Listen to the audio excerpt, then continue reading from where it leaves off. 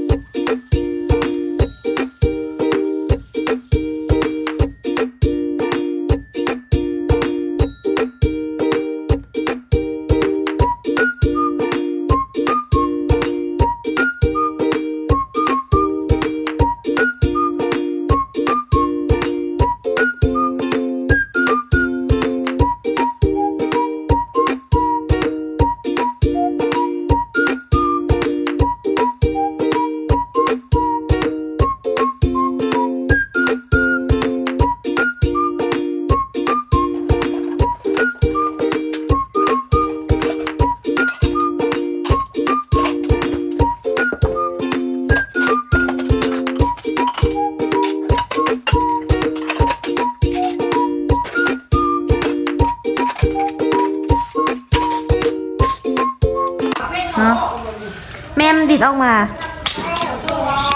มันดูอะไรมึงไหมลูกไผ่อุ้ยรอดใช่ปะคุณโอ้เพื่อนน่ะคุณจะจูบทำไมออโต้ไงเฮ้มาเกือบได้สิไงโดดขึ้นโดดลงโดดขึ้นโดดลงอยู่เอาดีว่ะกินน้ำป่ะกินน้ำป่ะว่าช่างเนี่ยเนาะ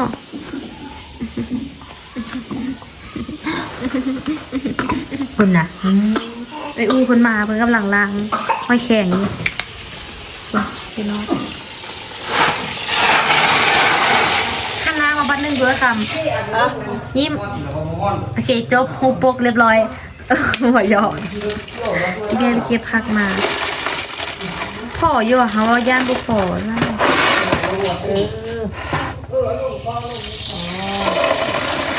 พ่อตัวมาวะมาเลยเนาะสมบัติฮอนหยามสมาสักกาเดี๋ยวเอาอันนี้มาปลูกไปดีกว่าเอาหัวชีไข่ก็อันเอาพ่อที่ไข่อยู่ใส่อ๋อมีปลาหมึกซื้อมันลายนะแมงกะพงแมงกะพรุน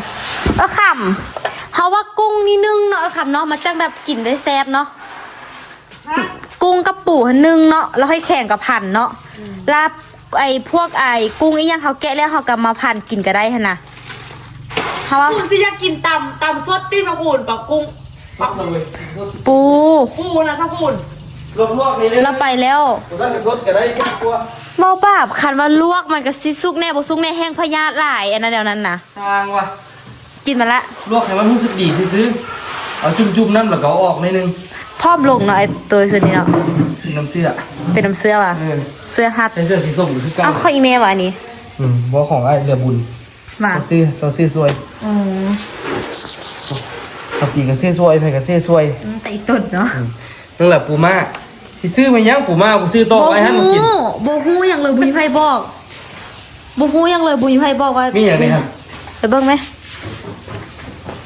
มักแตงนี่มากกูให้กิน3 มื้อเหรอจังมันซื้อแต่10 บาทแหละเอากะเพื่อแบบว่ารักกันเต็มเนาะ ถูกปูมากครับเวลาเลย 2 โล ก็ยังใส่ นี่ที่กุ้งใส่น้ำปลาเนาะ กุ้งเส้นน้ำปลาตัวน้อยแล้วตัวใหญ่นี่นึ่งกินตัวใหญ่นี่ นี่แต่เซนคักป่ะ ว่า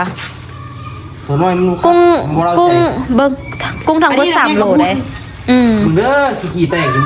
เมงกับพุ่นสิกับอันนี้ตำพุ่นกับที่เซฟโก้ ว่า อันนี้นี่ค่ะอันนี้นี่เป็นนึ่งในนึงลวก 1หลายได้บ่ได้ป่ะ น้อยหนึง บอกพ่อ อันแต่ว่านั่นน่ะปลาหมึกอันน่ะอันแบ่งมาให้อีพ่อพัดในเสื้อเฮ็ดยำเฮ็ดพัดเท่านี้แหละ โอ้ยให้เราไปพัดรถ มันเพราะว่าเขาซื้อมา2 ถุงเด้มันมีอีกปลาหมึกหนึงอ่ะปลาหมึกอันนี้เด้นี่ ผมมึงนี่ต้องปีน นึ่งค่ะนึ่งแล้วซอยๆหั่น เนาะ ๆแล้วก็ราดน้ำจิ้มซีฟู้ด ให้ไล่ๆตัวนี้ มันต้องได้ไปเอานั่นก่อนนี่ เอาเลย มันต้องไปเอาเบียร์มันก่อนเนี่ยมันไหลไปดิไปเอาไม่จัดแล้วไปเอาเบียร์เขาติดแบงค์มึง ไอ้เฮ็ดได้ยากอยู่ตุกขึ้นเอง เอ้ย ส่วนตีนเดี๋ยวมา ไอ้เฮ็ดได้ยากอยู่ขึ้นในตุกกระดาษตุกกับแคบเวียดนามปุ๊กแคบ แคมแล้วเรียบร้อยมาถ่ายไทยรูปแล้ว บ้านเขาเบิ่งเนื้อห้าวเนี่ยเด้อ พี่เคยทำมาก่อนแล้วใช่ไหมคำตอบที่แบบพี่เคยทำมาก่อนแล้วน้อง เขามาเพื่อนเลย ส่วนเซ็ตอันนี้มันมีครูด้วยนี่ ไปยืดเป็นคู่มันเลยเดี๋ยวให้เบิ่งบรรยากาศหน่อยนึงเด้อ มีพ่อเดี๋ยวเสียเวลาทาน บรรยากาศ ของใส่ขิงมันก่อนเนาะ เอาหัวกินใครก็ไปขี้หูดเหรอคำว้าสวัสดีค่ะ อันนี้น่ะตอนแรงนั่งผิงไฟฮะเอาอีพ่อสบายดี ขายดี โอ้นอนท่ากระตื้นนะพ่อไม่บ่นอนท่ากระตื้นเลยบ่ นอน2 โมงไปเลย ตายแล้วมีแต่ลูกเคยทำห้าพ่อเอ้ย มีแต่ผู้ลอยอยู่ว่าผู้เฒ่าลอยนะผู้เฒ่าเลย มีแต่ลูกเคยทำห้า ผู้ใดจะเป็นลูกเคยจะซื้อจักรยานอันมอเตอร์ไซค์เฉพาะนะ รุ่นนี้แบบที่เป็นลูกเคยต้องมีข้ออ้างตัวซัมเมอร์เลยนะ ก็มีข้ออ้าง มือจกอย่างนะพ่อเนาะแต่มือจ้างคนเด้อบ่ไปจกเด้อห้าเงินเพื่อความสบายบ่แม่นห้าเงินเพื่อให้ตัวเองเมื่อยเปล่าอันเดอร์สแตนบ่เฮ็ดยังไอ้ตุ้ย แกะเกี่ยมเฮ็ดเจียวซีฟู้ดเนาะ ไอ้ตุ้ยน่ะเฮ็ดแจ่ว โอ้มือเซฟมือดีกูมือนี่เซฟยังไงนะอันน่ะได้ไปเฮ็ดอันอาหารอยู่เขาเจ้าให้สายยาลิ้นทองคำบ่ซั่นเด้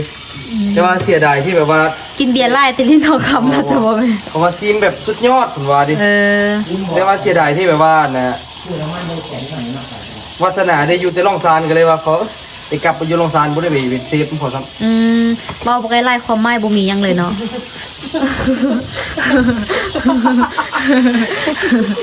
ไอ้ตัวนี้น่ะ เจ็บแต่จบ เขาเห็นไล่คลิปแล้วก็เมาแบบว่าวนไปบกไปวนมาว่าบกไล่แต่ความหมายน่ะเท่าเดิมบ่มีหยังเลยบางทีก็บ่มีความหมายเลย มองมันก็ไล่ความหมายว่าเพิ่นของเพิ่นได้ของกินแซ่บ ว่าบ่ไล่ความหมายเท่าเดิมบางทีก็บ่มีความหมายอันนี้ล้างแล้วเหรอครับ อันนี้ ที่แรกขนาดมันมีตัวใหญ่กว่านี้แต่แล้วอีเมียบอกว่าตัวใหญ่มันบ่แซ่บคือตัวน้อยว่าซั่น โอ้ตัวใหญ่ก็แซ่บ ตัวใหญ่มันอ้าปากตลอดนะค่ะก็เลยว่ามันบ่คือสิบ่เป็นตาแซ่บ ป้าเนี่ย เฮาบ่ฮู้ เดือน3พักอีหยังมันยังบ่ได้พักว่ะ เดือนช่วงกลางเดือน3เฮาเซ็งแล้ว ว่า ไม่อยากเกาะ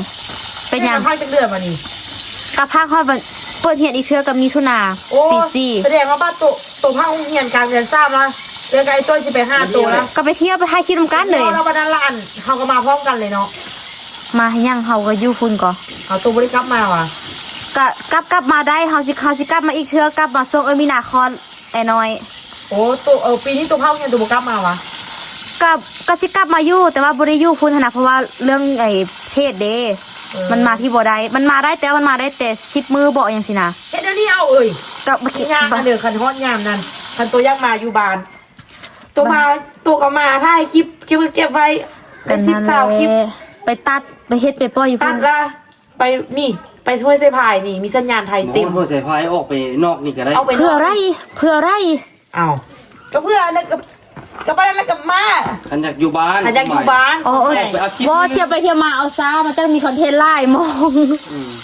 มีคอนเทนต์ไล่มองเอา จะได้ เจ้าก็สร้างว่าเนาะเขาก็เสียค่าห้องซะว่าเสียทิมไว้ซื่อ เออ ๆบ่อยู่ห้องเลยสิว่า ได้ไรค่ะอยู่ห้องกันเสือ ฮะ ได้ไรค่ะอยู่ห้องกันเสือ บ่อยู่ห้องมันก็ได้เฮ็ดนั่นเฮ็ดนี่หลายเด้ก็พอกันทะเลก็เที่ยวไปมาบ้านแบบคอนเทนต์ตันก็กลับมาบ้านอย่างสินะ แม่เพชรเบี้ยอยู่พุ่นกันสามารถเฝ้าเบี้ยเพชรอยู่พุ่นได้เลยว่ะจบอยู่พุ่น อ้าวคันเขียนเรซูเม่สมัครงานผ่านออนไลน์คันผ่านตัวใดก็เข้าเฮ็ดเดียวตัวใดก็เฮ็ดได้เบิดหั่นแหละ แม่นว่ะ อืม ในฐานะเป็นคนลาวนี่ได้ ได้เบิดเจ้าได้เบิด เดี๋ยวต้องได้เฮ็ดวีซ่าเฮ็ดเบี้ยหมู่บ้านนั่นน่ะ มันก็เป็นวีซ่าไปเฮ็ดเวียกเฮ็ดงาน เงินเดือนประมาณเท่านั้นน้องนี่สิ คันถ้า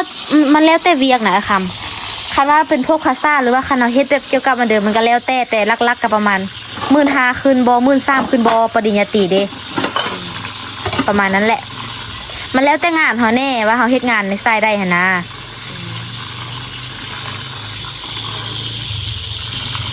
พักงานเนาะอร่อยให้กบสกปรกให้จิบเอาบุกว่าให้แข็งตัวได้แซ่บเขาก็ซื้อตัวน้อย แต่ว่าตัวน้อยแพงกว่าตัวใหญ่เขาก็เลยงง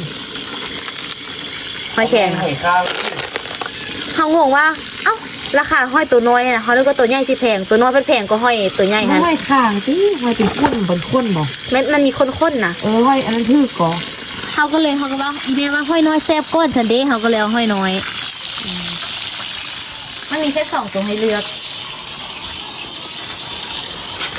เดี๋ยวให้เข้าซึกแล้วก็ข้างหม้ออันนั้นเนาะข้างหม้อนึงมุสึงเนาะ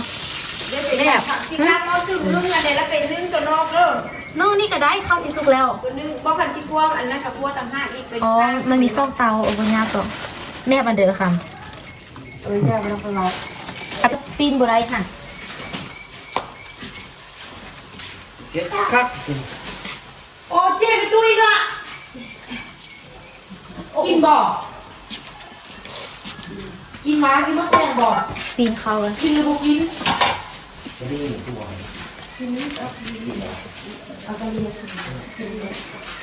กินบ่กิน เอ้าของมึงฮะ พออีพ่อจะเข้าไปหนาจักโมงพอ กินข้าว กินข้าวกินอะไร โอเคดีเข้าแล้วนึ่งแล้วก็อีพ่อกระทะสักพื้นนึ่ง ทานอยู่ ถ้ากินข้าวมันต้องเข้าไปหนาก่อนยัน กินข้าวหรือเราไปกินข้าวกิน ข้าว น้ำ กินข้าวแล้วนะ โอเค โอ้เราสุดไป12 โมงคืน พูดนะ มันโตเลย โอ้ยน้องไผ่หวาล้านไผ่หวาล้านไผ่หวากินน้ำแม่ ตุกกล้องตัวนั้นบริไซแล้วอ่ะ ใส่เป็นยัง ข้ามมือซื้อไปจักซื้อกัน ตีก็สบายในนอนก็ผ่านง่ายแต่ว่าคันซิเน้นการท่ายเป็นซอสเฮ็ดอาหารน่ะโหซับ แม่ แต่คันเน้นท่ายท่องเที่ยวเลาะน่ะต้องอันนั้นนั่นแหละ มันมีข้อดีข้อเสียอยู่จุบเดียวบอก เอาเป็นล่าอันเดียวห้อมล่า เธอแย่งความรักจากฉันเธอรู้ตัวไหมออโต้ไปเจอดินของเน่าสุดท้ายมาของเน่ากินได้ไหม เอานะครับไปจ่ายต่อเลยปะ เนาะ ไปเฮ็ดน้ำเจียวเนาะ เฮ็ดใบเลือดละโบ เฮ็ดนมน ฮะ ำเฮ็ดนม เนาะ จีบ เส้นนมจิ้ว ป้ายทุกคนเบิ่งบรรยากาศยำแรงเป็นไงเด็กน้อยผ่ากะลินยูฮันคิดดื้อ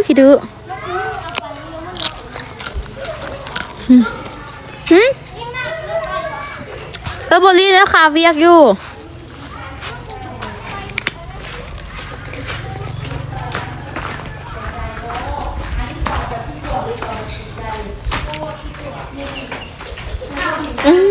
ลูกไม่เข้าใช่ลูก ซองเท้านี้เราเป็นอะไรซีบีเขาละเจอซีบี เละมันอะไรเละมาไปไหมให้เขาใช่ไหม เสียใจ แต่ว่า มีนานี่ อย่าง แรกมีนาคาอันอยู่เดี๋ยวแต่ที่ท่าที่ไหนซะนะ พากินข้าวต้มตี้มีนา เดี๋ยว เนาะ เขามีข้าวต้มสมองคุณบ้าน นี่ก็ ต้มข้าวต้มอยู่มันนอนในมีนาน่ะ นอนใส่ นอนอยู่พุ่นหรอบ่ เอ้าถ้าถามเราไหมไอ้ต่างปล่อยเราก็มากินก็จะไปนำแล้ว กูหาว่าใส่อีก พ่อเราบ่ตุ้ย แม่ทำเองใส่ ฮะพอละพอละ เอาไว้น้ำเปล่าเอานุ่มแน่ นึ่งอะแซ่บคง เป็นแซ่บ คักเลยที่ทำเจียวแบบกินก็โอ้คือพิลึกเจียวนี่มันเป็นฟ้าเจียวฟ้าประทานว่ะ นั่งแบบก่อนเด้อ เฮ้ยบุเชื่อเนี่ย บ่มากมายแต่ความหมายบ่มีเลยคือทุกวัน เราพวกนี้ไล่ผมใหม่อู้ไล่คีบเนาะผมเนาะไปซื้อโซดาใส่ผมบอก นี่วะ ถ้ามันแบบว่า ใส่ผมมีที่ฮันตูดีมีโซดาเหรอบอก นี่เอาเคยซื้อมาซื้อ ซื้อแบกดิ เนาะเอาโซดามาซื้อซื้อโซดาซื้อโซดาป๊อปเด้อ มาแล้วบ่น ยังเบิ่งไหมเบิ่งสาวตุ้วีเข้าไหมเบิ่งสาวลาววีเข้ามาเบิ่งวิธีการสาววันนี้คนลาวอาหารทะเล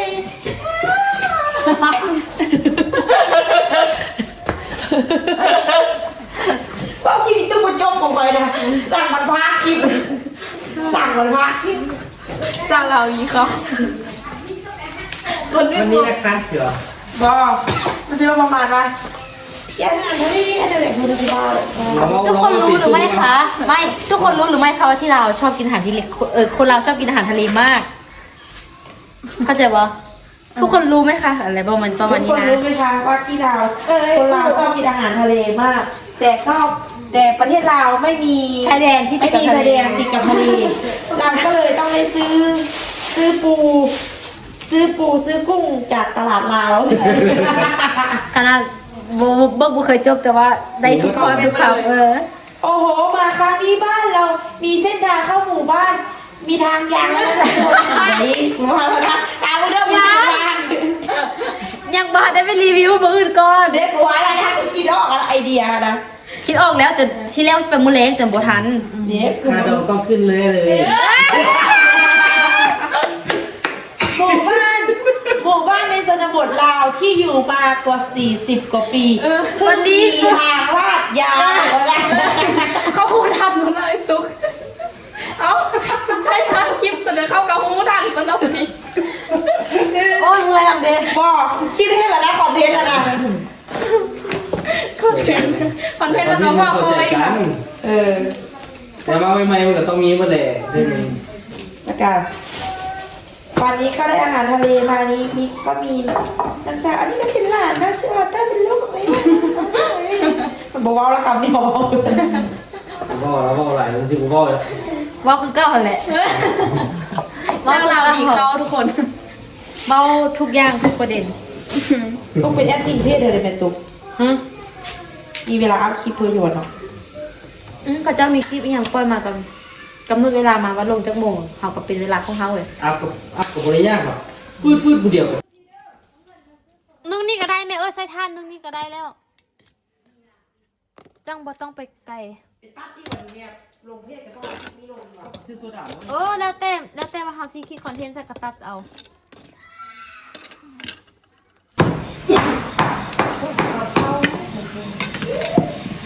พี่น้องอูคนสีนึ่งกุ้งปู ธรรมดานึ่งอันนี้ต้องไฟมันแห้ง มาซุปกดเดี่ยวเนาะ เอาเสื้อพี่เอาเมียบ บอกใส่ฮันแหละเจ้าแค่นหักไม้ทับทุบไม้ใส่ มันแบบว่า มันต้องยกออกก้อนนะค อยากเสื้อนี้ ำใส่รถเอาใส่โยนเข้าไปในเลยให้มันแห้งๆมาสิบดแล้วเขาก็ใส่ไปโต้ๆไปเรื่อยๆให้มันซุปกดเดียว อยากกับมันร้อนถูกแล้วมันต้องพอนขึ้นด้วน เด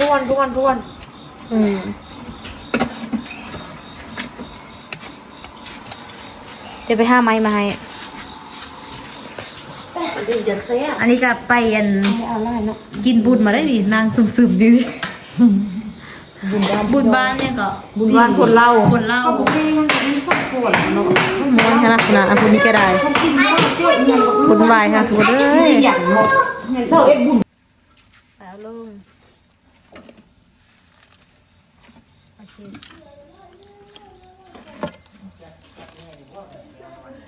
ว่าลงได้เดียวคือสีแดงมั้ง ปูมันต้องเป็นอย่างนี้แหละ กินนึ่งแซ่บๆเนาะจำน้ำเจียวแซ่บๆมันตัวเฮ็ดเอาไล่เจียวมันก็ เขาว่าเจ้าคือน้อยเนี่ย มันตัวเฮ็ดเจียวเอาไล่กันนึ่งหมดว่ะกุ้ง มันไล่กับแบ่งออกไป คุณมียังแต่อันเสื้อหิ้วเนาะ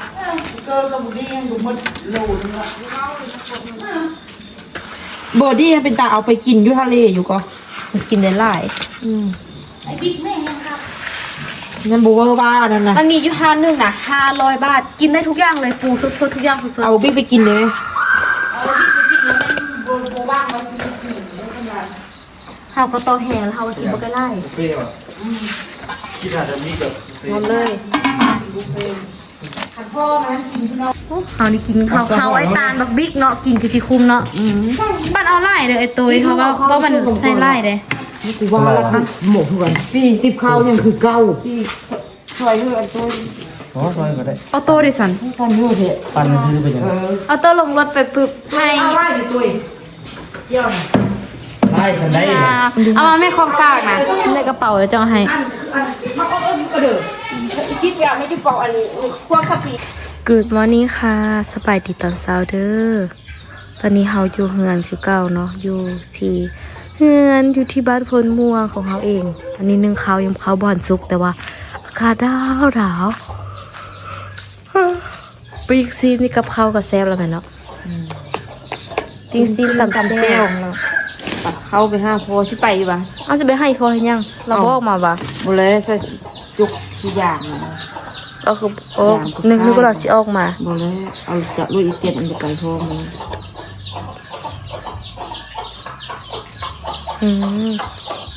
ตากแห้งเอาเห็นบ่ว้าไก่น้อย